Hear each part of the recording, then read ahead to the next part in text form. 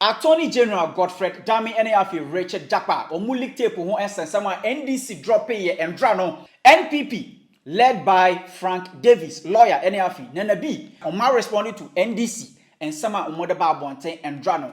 Now this and some way no amanfu chema Nana B and some Libya or Kahono aden ba wo miedin be ye den e wasa and sama or kanemu. Fast forward Kennedy akompre ku Agyapong on this and some we are the old video be and some are okay on this Ato Forson the court case and some apopy up and some men Kennedy or count you will find out. Mashawa so be share video with me Eddie Kojo Black. AfriX mobile money app and I'm recommend amount who UK, Canada, US, any part of the world that will be will be to me as in this KBP more Ghana or move rate air strong kokra. Interesting thing is say what signing up with the promo code TRANSGH. First transaction will be say above $150 will be $20 bonus. NPP on my press conference. Now press conference no more you almost tape now NDC drop here on Babaho. Number one Ato Forson new court case in Sensamono. Will cause financial loss to the state to a tune of 3.27 million euros. Now, Omumbe Chechim, send your bear Ghana for a betiasia. NDC for Adendada, a tro contumpo, a pese, Omudim Futrogu Ghana for any. Send your bear. Omupeni our parliament, I abonu kwedu. So, Wamagana Boka, Wamagana Ashley Sika. Odeni pe na namra kwanso no tietia e Ghana mraso no omu pese omudi dede atro nkontompo eto no so abusuafo asem ne sei kona koto ambulance bra ambulance ahanu 200 ambulance asema ye kan eye Mahama cabinet e approve loan na was your free Stanbic banking so and also parliament approve. Money adwumakuo bi e wo Dubai e hyehyɛ ho sɛ emfa ambulance imra.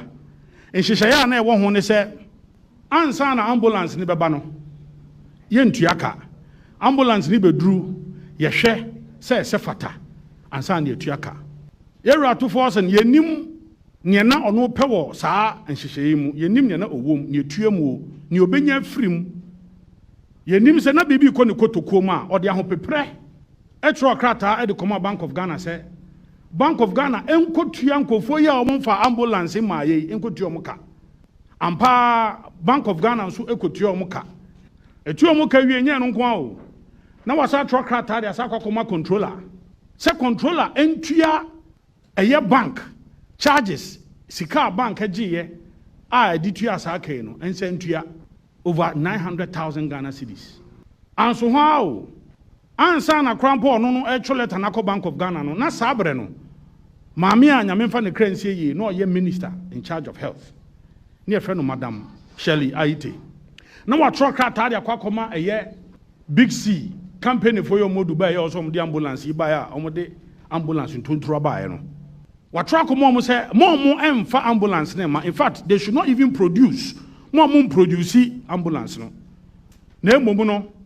Omo twen sanse Ministry of Health kwanya sika. Ena contract nso gusua enam parliament. Ye hu ne yekoye ye yakwakotu ankofu ika. Ankofu nso mfa ambulance im na ya. Ovan ya ye de kosu humu nsawo mu ibi no mo de aba. Ambulance trontra na anu a NPP aban ye di ambulance by obi ehu ye. E call every constituency obi ehu ye. Omo ko fa ambulance ma no ko fa ambulance ntutra.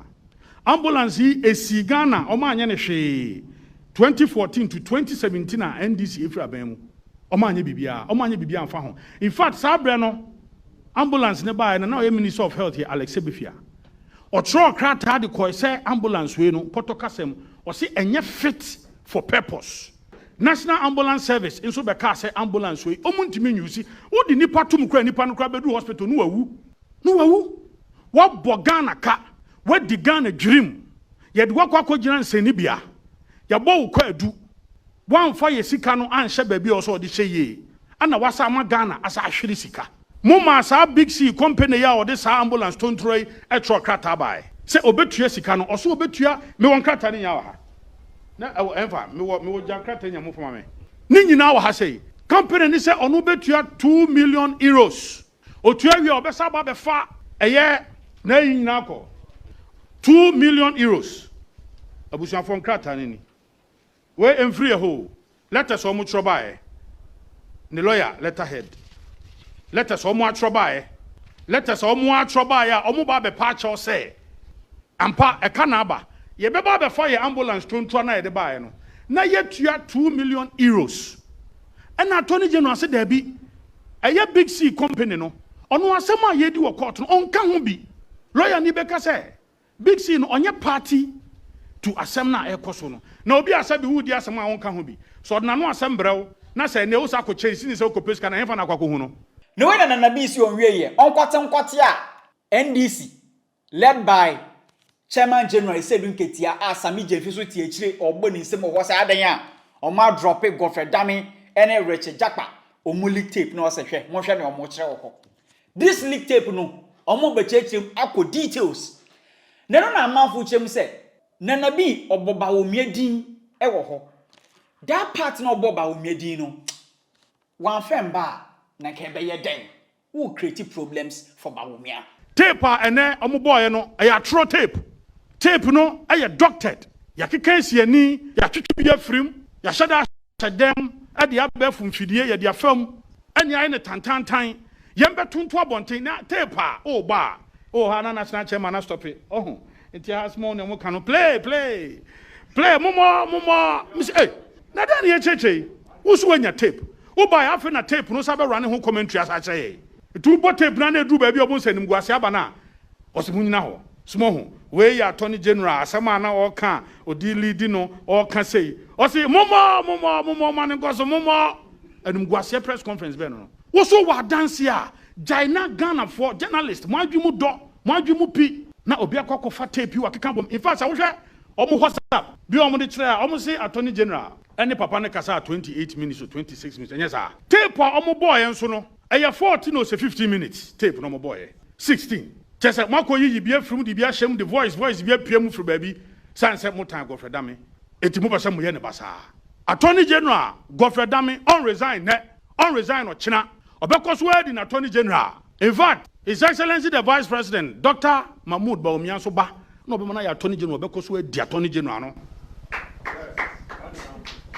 say you almost somebody be dwane fi law court no mo de omo nsam betu media omo boa enya adwuma ne enya adwuma kire what bo Ghana ka go and answer where the Ghana dream go and answer yes what bo Ghana kro no go and answer enya afa na mba be di fake tape ne doctored tape manipulated tape ya kekesi ani if I hear WhatsApp message ni so a baby ono papa Jakwa na e ka kire yewura Godfrey Dame say opese ohia no ne meeting ana yewura Godfrey say onua na monua so na mame hu onua so ye Supreme Court judge ye friend no Justice Emmanuel Joni Kolendi o boss no ko de ma no enti wonua enti any arrangement no meeting cross here bia no me dia fa no so o boss nko a o ma Supreme Court judge ntia and NDC for adani atsem nani say yewura Godfrey Dame na person arrange meeting for what said then obenya free.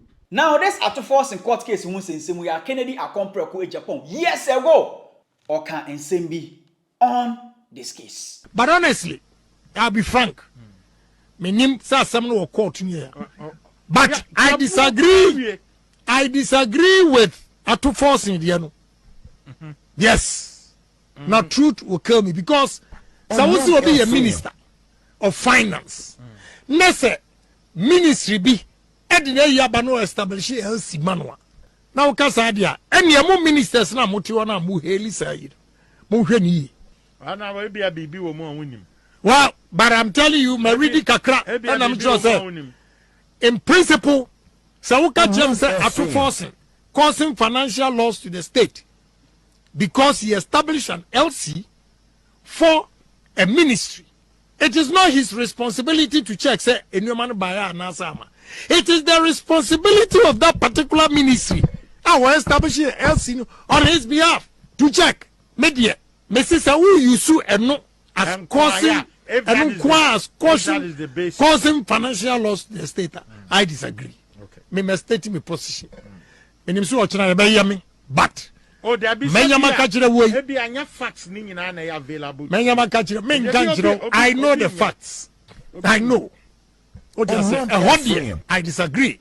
Because yes, sir, ministers, you are not even empowering anybody to sign anything, because they will take a clue from Ato Forson. It is a real phone, sir. But unfortunately, no, Ato Forson is in court. He has not been sentenced. So they are okay. Yeah, I think so. Obey give the case. Right. I'm saying court to a young canopy. But me no but my stating my position means no I can't any echo. I am not against Obi Awam this can no. But the cry be alpha so me I've always had a problem with causing financial loss to the state. So I charge you know. Honestly. It was something Kennedy accomplished with Japan in Semibia or years ago on this Ato Forson the court case who ends in Semina man for James said, it drew her any behunia etium. Now Endra NPP press conference on this leak tape NDC drop a lawyer Frank Davis Endra NPP omo press conference no okasaye NDC sa leak tape now omo dia about Godfrey Dame any afi Richard Japa third accused person or one some kind supplement any gumbi. Ladies and gentlemen, it is no secret that the NDC ever since the commencement of Ato Forson's prosecution has threatened rain and storm against government, the Attorney General and any person they can find to cajole the Attorney General from discontinuing the prosecution.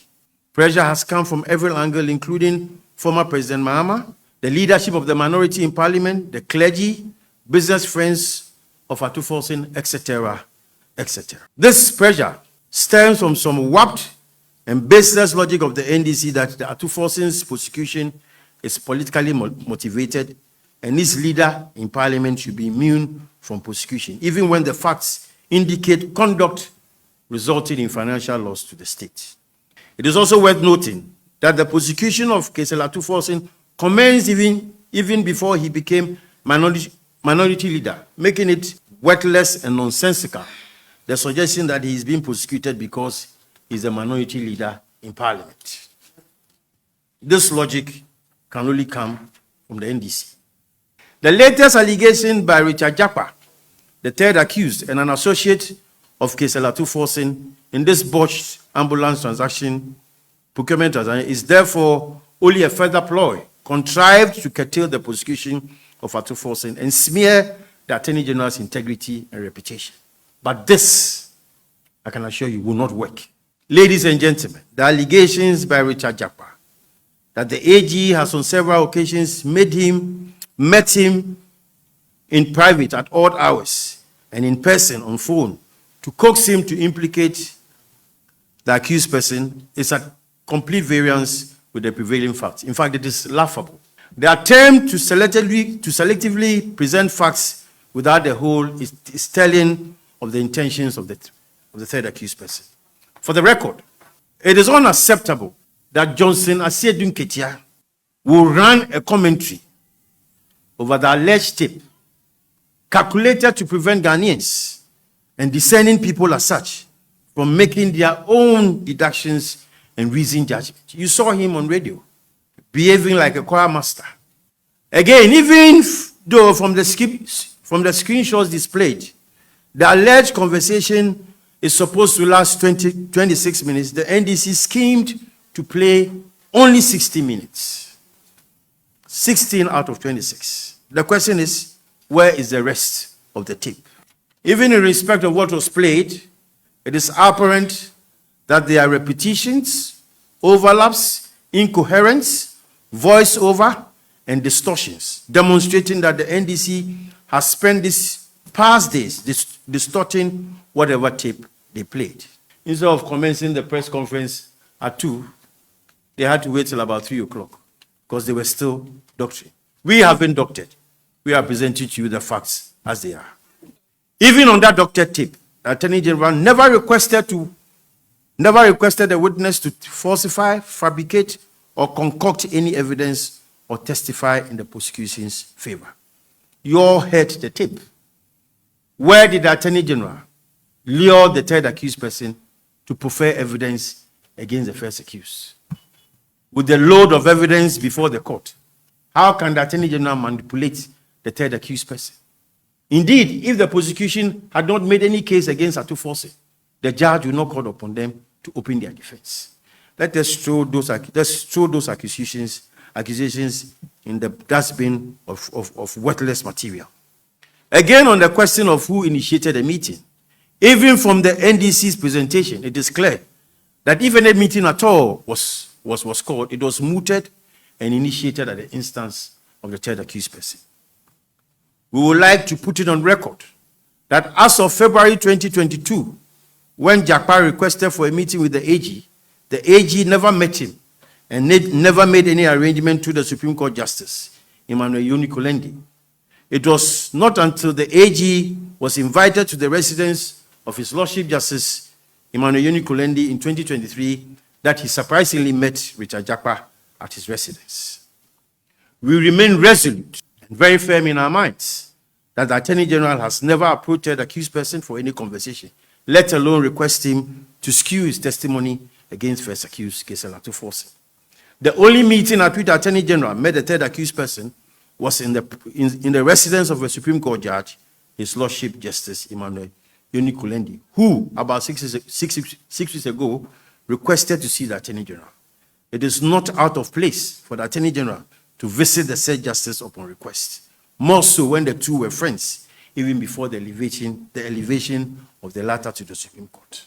Response when a NPP or Modiama NDC when it comes to a leak tape or more dropping and drop. I know Efa Godfrey Dami, Attorney General NAFI, third accused person Richard Agyapong, Ato Forson ambulance trial, I know the air course no muchi mo say leak tape no doctored NAFI, a sign trash near air course media space no. Yes, Omodu say very, very unfortunate. Say NDC or Mujidis or more case or more evidence na dia. Omo meeti omo e wo court enye social media na omo ka asem no wo hwe ise du nketia sane omo command wo ho yes action role na dia ono de ohun ni se e concert bi na ise du nketia ono de oye ho no so mo se mo case a omo nshi omo e wo court masro wa so be share video we na oba subscribe to this channel for the latest update makram. Sending money abroad just got a whole lot easier with AfriX. Our slick app makes international transfer crazy fast and super secure. Just tap a few buttons, money sent across the globe in minutes. One magic of AfriX is that you can add your debit card or load money to your AfriX wallet right in the app, then send those funds to your recipient overseas straight to their bank account at lightning speed and zero fees. You can earn a one-time bonus of $20 if you refer your friends and they send up to $150. Whether you're in the USA, Canada, Europe or anywhere in the world, AfriX. Best rates at no cost with no hidden fees.